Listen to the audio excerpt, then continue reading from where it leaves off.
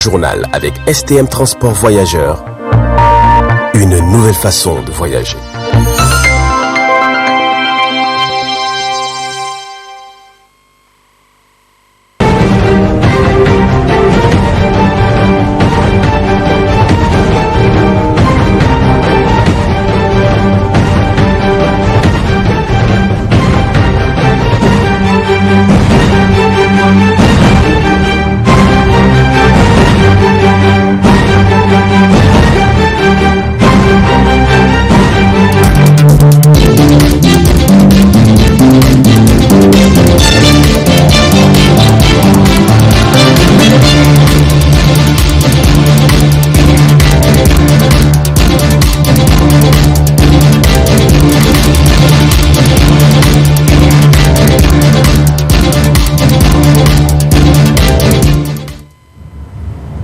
Mesdames et messieurs, bonsoir et merci d'être avec nous sur le 20h15 du Miroir de la Femme.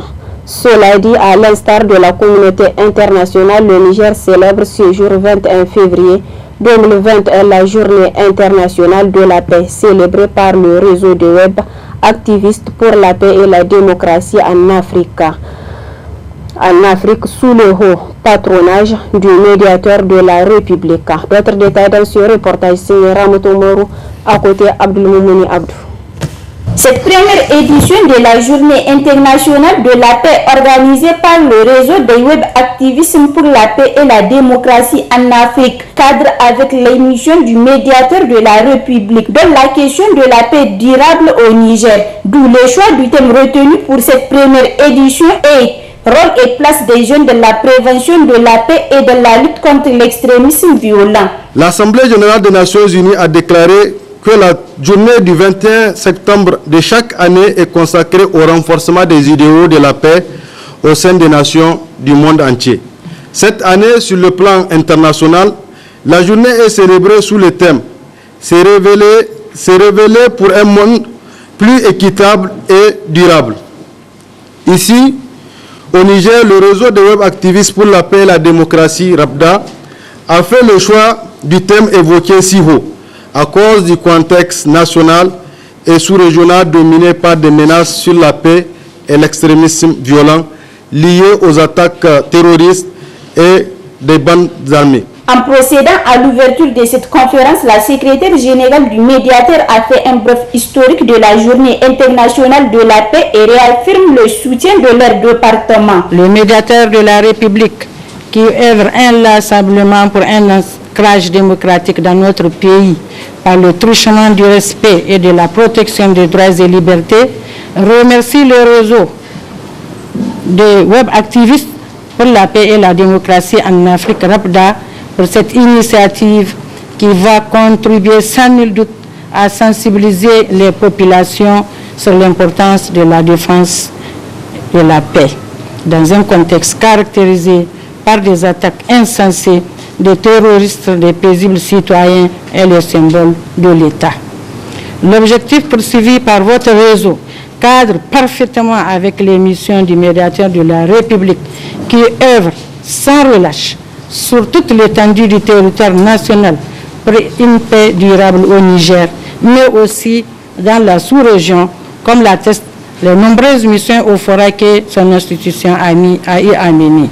Présent pour la circonstance, le conférencier a exprimé ses sentiments. Nous estimons que faire cette activité s'inscrit dans la logique de participer à la sensibilisation de l'opinion publique centrée sur la préservation de la paix.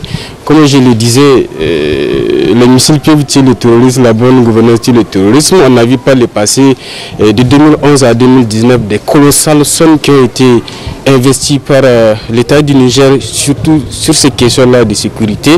On est passé de 47 milliards à près de 200 milliards, soit une hausse de 246% en termes du budget de la défense. Mais malgré tout, on a constaté et puis, évidemment la résurgence des actions terroristes à dimension meurtrière. Donc nous estimons que à travers cette journée dédiée à la jeunesse, dédiée à la préservation de la paix, dont les thèmes aujourd'hui et sur le rôle de la jeunesse, nous estimons que c'est extrêmement important quand les jeunes sont les principaux acteurs de la propagation des actes terroristes à dimension meurtrière.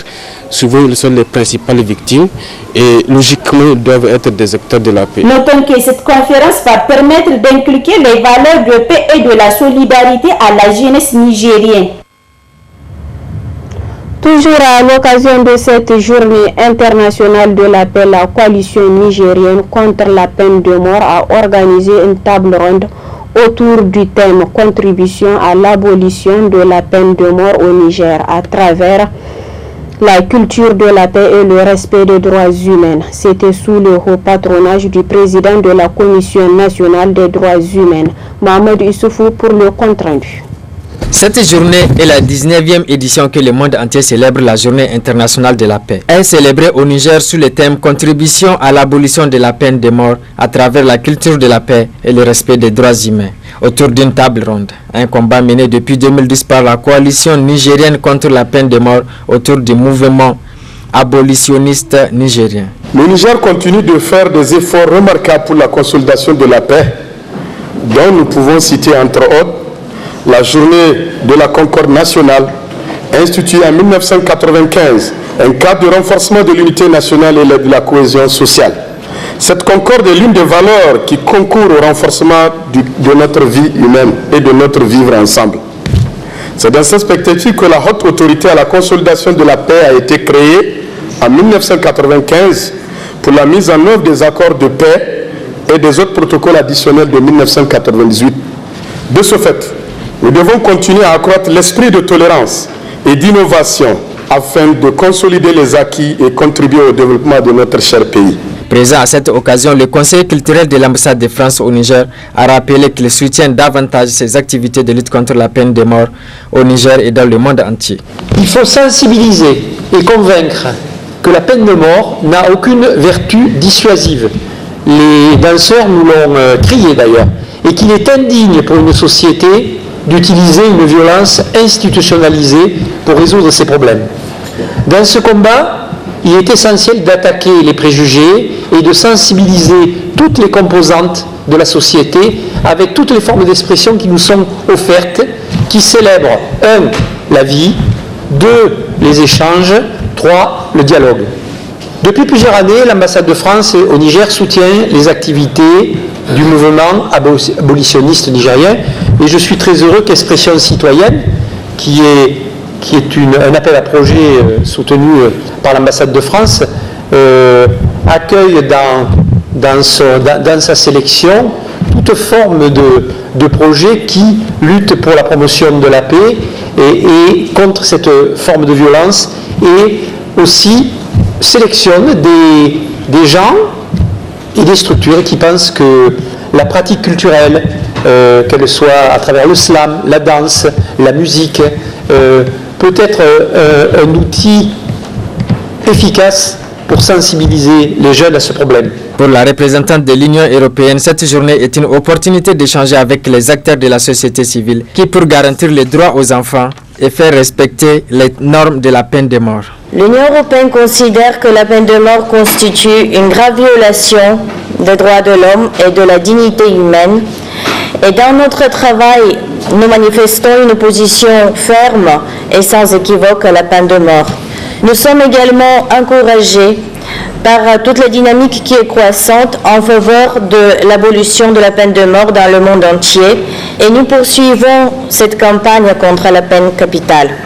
Comme vous le savez, le travail global dans ce domaine est mené sous l'égide des Nations Unies qui ont soumis en fait l'application de la peine de mort par les États membres qui ne l'ont pas encore abolie à des conditions strictes et définies notamment dans le pacte international relatif aux droits civils et politiques, dans la Convention sur les droits de l'enfant et dans les garanties pour la protection des droits des personnes passables à la peine de mort approuvée par ECOSOC. A noter que l'être humain est un être sacré qui mérite d'être protégé et respecté et l'État a l'obligation de le protéger à tout prix. Quant à la société, elle ne doit pas punir pour se venger, mais elle doit corriger pour avancer. En marge des festivités de la cure salée, un événement emblématique de toutes les activités du secteur de l'élevage, au cours duquel plusieurs manifestations culturelles sont organisées, comme la danse Touareg, un patrimoine culturel riche. Dans chaque vallée d'Agadez possède sa propre danse. Suivant cet élément du studio Kalango.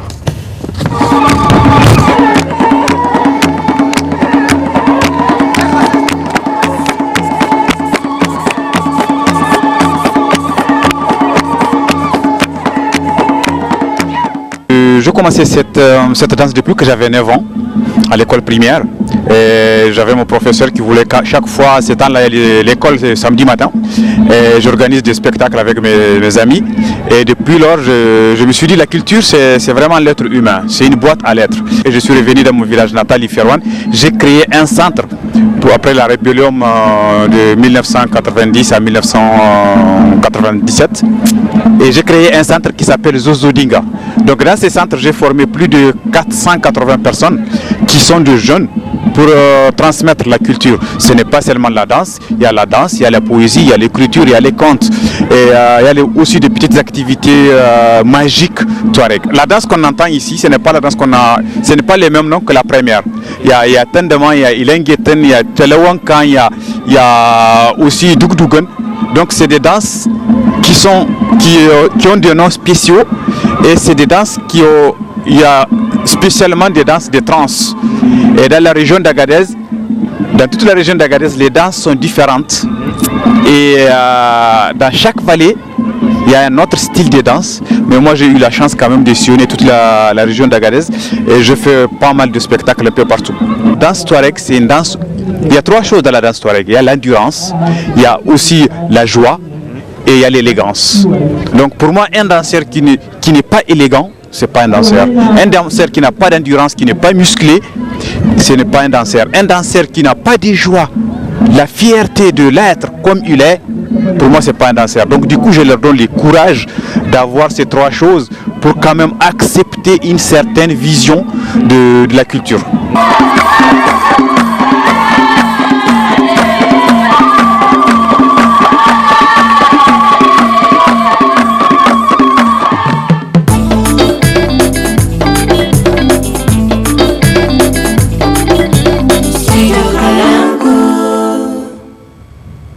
Samedi 18 septembre 2021, le village de Tabaza a accueilli, département de Joujou a accueilli le forum sur la culture du manioc. Plus de précisions dans ce reportage. Le village de Tabaza, département de Junju, a accueilli le 18 septembre 2021 le forum des agriculteurs et éleveurs sur la culture du manioc, organisé par le chef de canton de Junju, l'honorable Bachir Harouna Hambali. Cette rencontre vise à inciter et encourager les populations de 16 villages abordant le Dalol Foga à cultiver le manioc pour lutter contre la faim et la pauvreté dans ce département. Wanda bai da gona ya zo ya tambaya a bashi mai batun a ce ku ta ku sari sabon daji babu wannan batun ku a ce muku wai za ku je ku sari sabon daji shine muka ce a taru da an ka taru a zo a zamna a gami an mahita a yakin yunwa shine kaka ta yi yanzu kaka ta yi mai bayan kaka mi za a yi iya kashe mutum ya zama ake komai sai suna sai da a ce an yi suna wani ake gai babu yano ake noman rogo ba sa ɗaya bane ake in ya kama shi kenan to an samu masu naka shi su komai da shi gari daga nan ta ba za ake ɗauka ana kashi takalahiya ana mai shi gari masara da garin rogo ba tare ake nike su ba bai arki haci na ci da mutum masara nawa ta zambana shika 36 ya za mu muna ɗauka arzikin muna zuwa muna ci da waɗansu manoma mu a cewa yau ƙasar gingu tana da yunwa ba ku kunya ba don Allah. Prenant la parole à son tour, le préfet du département de Junju, M. Issoufou Arzika, a expliqué pourquoi la présence des autorités à cette rencontre. Junju a cette faculté d'avoir le manioc. Ils pouvaient vraiment produire et sont en train de produire même la farine de manioc. La population, c'est elle-même qui est partie chez moi demander. On ne l'a pas forcé. C'est même leur chef de qu'ils ont délégué tous les chefs de village du long de ce dialogue-là qui sont partis me proposer, eux ils veulent faire la culture. Mais leur problème c'est que comment faire sans clôture? Parce qu'ils n'ont pas les moyens. J'ai dit, bon, tel est le cas, il faut dire aux services concernés de proposer une action qui les permettra de faire cette activité. C'est ça qui nous a permis de faire ce forum. Donc ça veut dire que si la population n'a pas adhéré, ils ne vont pas partir à l'autorité pour demander comment ils vont faire. C'est ça qui nous a même motivé de faire ça, parce que c'est la population qui a demandé comment ils vont faire. Les textes sur la politique foncière au Niger visent à augmenter la production, à créer des emplois et la paix sociale, tout en protégeant les ressources naturelles. Maman Garba, secrétaire permanent du Code rural département de Djoundjou. Cette rencontre a été suscitée par deux ambitions. Premièrement, ces gens-là qui ont fait ce projet de culture du manioc, ils n'ont pas de culture de conservation comme ceux qui sont du côté sud. Ils sont du côté ouest, du côté est-sud. Ils sont du côté ouest de la commune. Et un côté où il n'est pas possible de pratiquer autre chose que la culture du Nil. Mais alors, ils ont réfléchi, ils ont constaté qu'il y a une vallée qui quitte depuis Kargibangou jusqu'au Foga. Une vallée dont on ne peut même pas connaître la date. Donc ils ont constaté, et si on demandait à faire d'un mètre de manioc, parce que le manioc est facile à faire, et puis son travail n'est pas difficile. À la fin de cette rencontre, le chef de canton de Djoundjou a rappelé aux participants de ne pas attendre aucun financement, ni de l'État, ni d'un projet quelconque. Cette dernière doit œuvrer et évoluer avec ses propres efforts. Dans le même ordre d'idées, y a-t-il des jeunes qui pensent à entreprendre dans la terre, plus précisément dans l'agriculture, car notre pays est doté de plusieurs richesses qui deviennent inexploitables. Suivons la réaction de quelques jeunes au micro de nos reporters. À la faculté d'agronomie, nous avons beaucoup d'objectifs. Parce que, étant agronome, nous sommes appelés à investir ou bien à contribuer, à donner notre contribution dans le développement de ce pays. Mais aujourd'hui, en tant que jeunes Nigériens aussi, nos objectifs sont multiples. Mais ce qu'aujourd'hui, c'est les contraintes temporelles qui en fait défaut. Puisque, comme vous constatez aujourd'hui, beaucoup d'agronomes ont des visions, des jeunes ont des visions. Des jeunes, c'est-à-dire, ont la volonté déterminée de pouvoir voir l'avancée de ces pays, mais il y a des difficultés. Quand je parle de difficultés, je fais allusion au pouvoir public. Ici, à la fac d'agronomie, nous en avons donc plusieurs atouts. Sans même attendre l'État, je pense très bien qu'on peut entreprendre. Et l'idée donc d'entreprendre, comme je viens de le dire, c'est dès ici, état étudiant, donc qu'on peut épouser cette idée-là. Nous qui sommes ici, en tout cas, bon nombre de camarades en ont les potentialités nécessaires pour entreprendre dès maintenant. Et une fois fini, je recommande donc aux autres camarades d'entreprendre. Si l'État, donc, il y a des opportunités qui se présentent, je ne dis pas donc aux camarades de ne pas se lancer. Ça, c'est juste pour servir l'État. Il n'y a pas de problème, on peut aller servir l'État. Mais si tel n'est pas le cas, on peut à toute fois donc entreprendre et s'auto-suffire. Quand on dit l'agriculture, vous pouvez comprendre qu'il y a des pays aujourd'hui qui sont aujourd'hui des pays qui parlent et qui sont des grandes puissances mondiales. C'est parce que ces pays ont passé leur temps à travailler la terre jusqu'à ce qu'aujourd'hui ils sont à ce niveau. Donc aujourd'hui au Niger, si vous regardez la situation, nous n'accordons pas très d'importance à l'agriculture. Il y a certainement ce qu'il faut aussi situer quand vous prenez nos frères qui viennent du village, qui ont travaillé la terre avant de venir et qui ont aussi pratiqué l'élevage avant de venir ici. Une fois arrivé à l'université, on porte les vestes, on fait une civilisation et maintenant, qu'est-ce qu'on fait? Au retour, on va commencer à se moquer de l'agriculture et de l'élevage. Ça se voit partout. Si vous regardez un peu avec vos fréquentations, si vous voulez vérifier, il y a sûrement, aujourd'hui, si vous voulez parler de l'agriculture ou de l'élevage, elles vont tout simplement dire que peut-être vous êtes en train de vous faire fatiguer pour rien du tout. Vous voyez ici, le choix d'étudier à la faculté d'agronomie n'est pas un choix fortuit, c'est un choix volontaire et c'est juste aussi pour nous permettre à notre pays de développer comme les autres pays aujourd'hui qui se disent des pays de... Et bon, c'est ici que prend fin cette édition d'information. Passez d'excellents moments accompagnés des programmes de la télévision Tambara. Au revoir.